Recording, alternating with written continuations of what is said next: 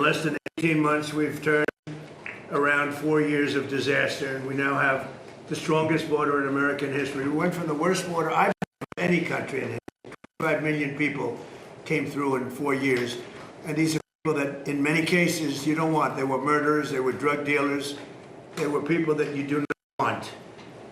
Now we have the strongest border in American history, and for the last 15 months, the report just came out again. We've had no people coming in through our southern border, zero. And it's almost hard to say, because you'd say, is that even possible? They had 25 million people came in. We have no people coming in illegally through our southern border. And that's in history, so think of that, zero, a big, beautiful zero. The murder rate saw its single largest drop ever recorded to the lowest in 145 years. That goes back to, think of it, it goes back to 1900.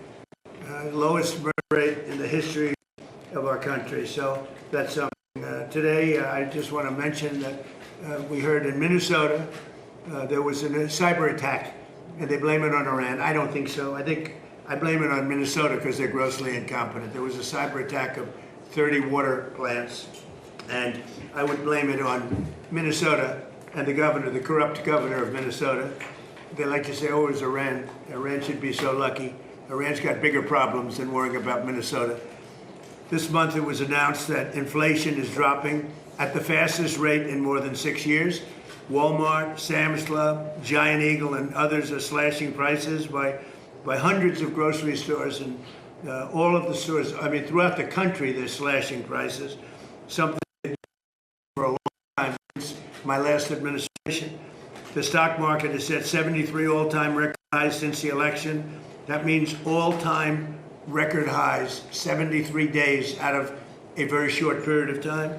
And the typical 401k is up by more than $30,000. And when you think of that, if you add another $1,000 to it, it will be, we set the record in the last administration, a record still standing.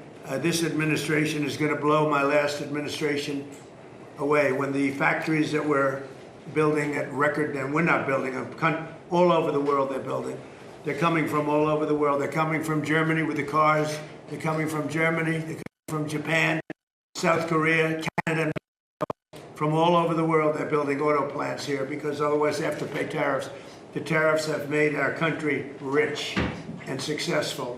And all of this, I mean, I'd like to say it was the election. On November 5th, it was the election, and that's fine. But without the election, you wouldn't have what I've done economically. So we have the most successful environment that we've ever had. There's never been anything like it from the standpoint of investment into our country.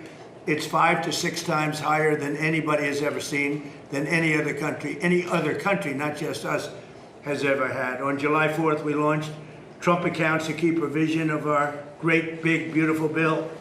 And these tax-free investment savings accounts have already been activated by over 7 million children. These are investments made in our future, which is our children. Our children are the most important aspect of our future, with more being added each day. So it's a tremendous hit, over 7 million, and really just got going, I would say, Scott, about 2 weeks ago when it was, we got the final approvals.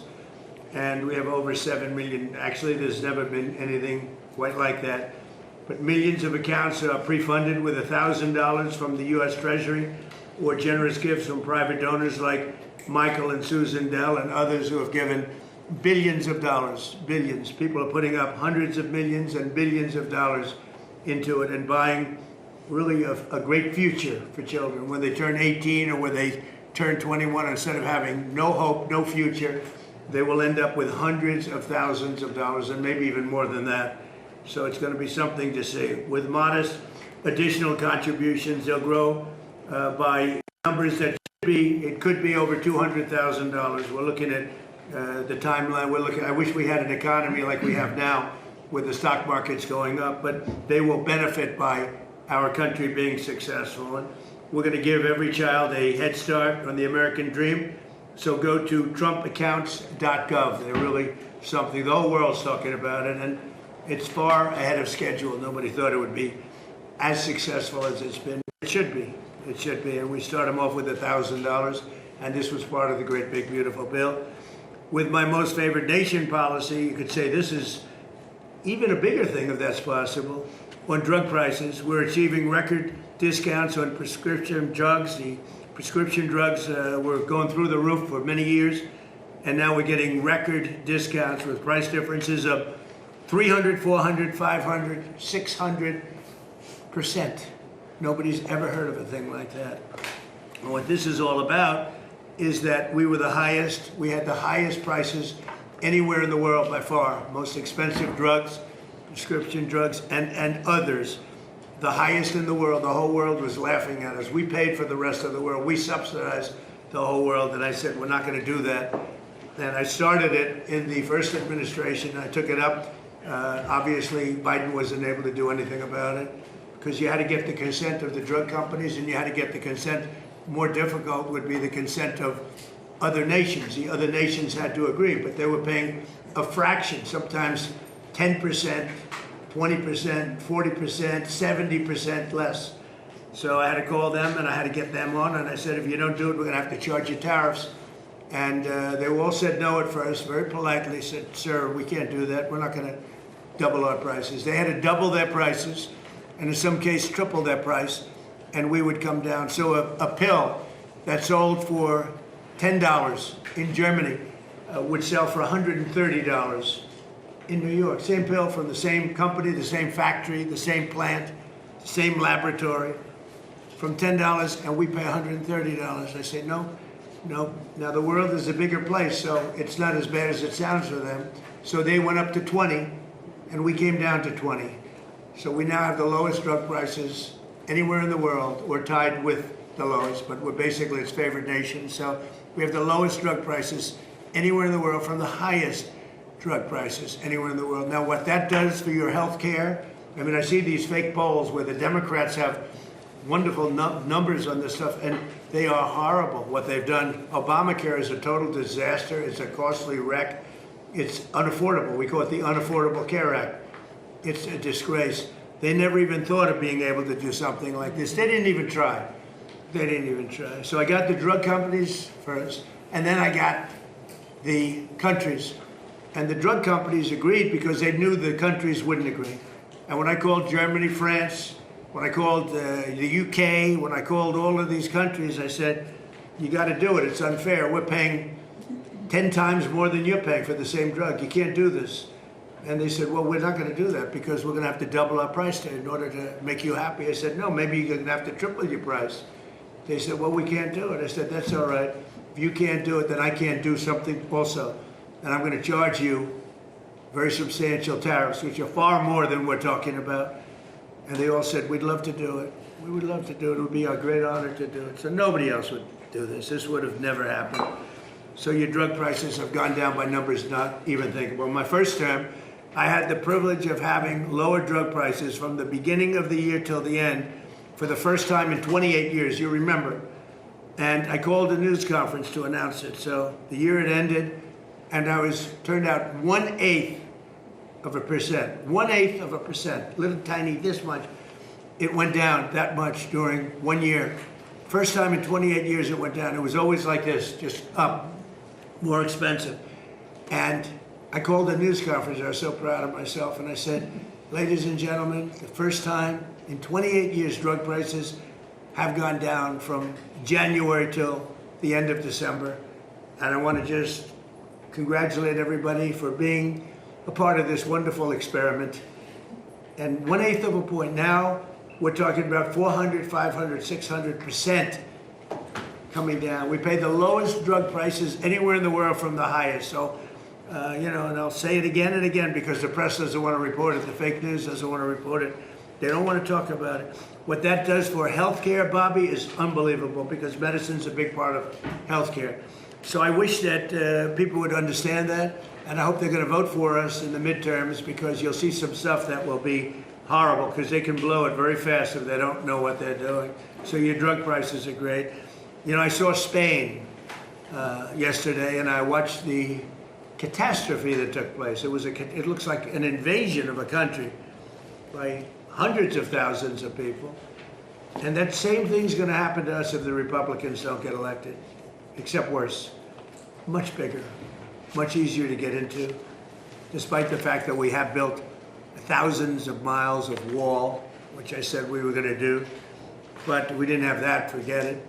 But we have the safest border in the world. If we're not in office, our country will be invaded at levels that made Spain look small time. And when I watched it, I said, boy, I said, I'm going to say it because I knew you were going to be at Camp David. And I say, that's going to be a talking point for the midterms. Because when you look at what happened to Spain, they don't know what to do. And it's happening again today. They're coming in by the tens of thousands. They're just invading the country. And what that is weak law, bad management, but very liberal law. They passed a couple of laws, and people read. You know, people are smart. They read from other countries, and they swam that 3-mile swim or however they got in, but nobody's seen anything like it. That will look good compared to what's going to happen to the United States. The biggest thing, the worst thing that Biden did is allowing 25 million people into our country, because many of those people are criminals. They're murderers. A lot of them are 11,888. A lot of them are gone now. We got them out. But they allowed people to come into this country that you can't allow to come into a country. We're also making an unprecedented investment in the United States Armed Forces, where we're doing great. And we rebuilt the armed forces. We rebuilt our military in my first term. But we are doing great with our military. They spent a lot of money in our military. They gave away $300 billion worth of ammo and everything else in Biden's term. But we're building it up fast, and we just have a great military. That's all there is to it.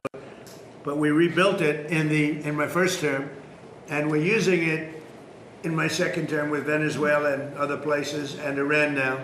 Iran is doing very poorly, just in case you read incorrect stories. They're doing very, very poorly. They're having a hard time. They've been very dishonest. They've been very dishonorable to deal with. But that makes no difference. They're doing very, very poorly. We're also making that investment and looking forward to getting, Pete, $1.5 trillion next year. And people see now how important it is. We want to keep a safe country. We have to keep a safe country. And the good news is all of that equipment is made in the USA. So we're making it here. It's jobs. And each one of our defense groups are building literally at least 4 new massive plants as we speak, because we want them to move faster. We have the best equipment in the world, but we want them to move faster. We don't want to wait a year or a year and a half. We want to wait a week, maybe. So that's happening, and I think the results are very good. They're building at levels that nobody's ever seen before.